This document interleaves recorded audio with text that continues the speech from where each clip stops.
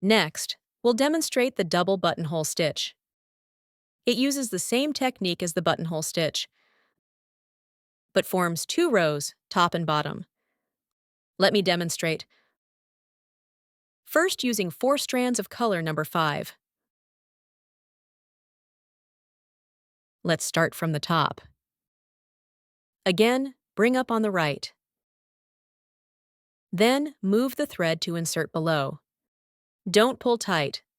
Leave a loop on the fabric. Then bring up at the top. Pull the thread tight. This forms the first buttonhole. Let's demonstrate again. Insert below the upper line. If you're unsure whether it belongs to the top or bottom line, we can see there's a gap with the top, so this belongs to the bottom pattern.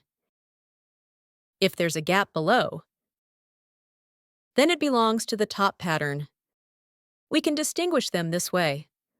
Let's continue embroidering, following the previous steps, along the pattern's path. Complete the embroidery. Don't pull the thread tight when stitching.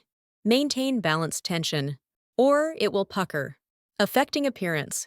Insert. This completes the top buttonhole row. Now let's stitch the bottom buttonhole row. We can turn the hoop to face the unstitched line toward us. This makes embroidering easier. Let's demonstrate again.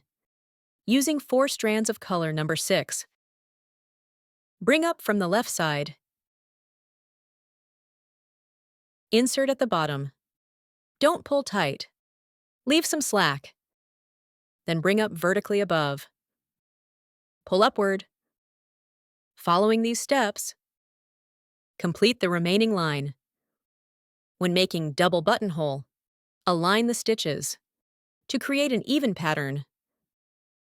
Double buttonhole has strong dimension, perfect for decorative embroidery.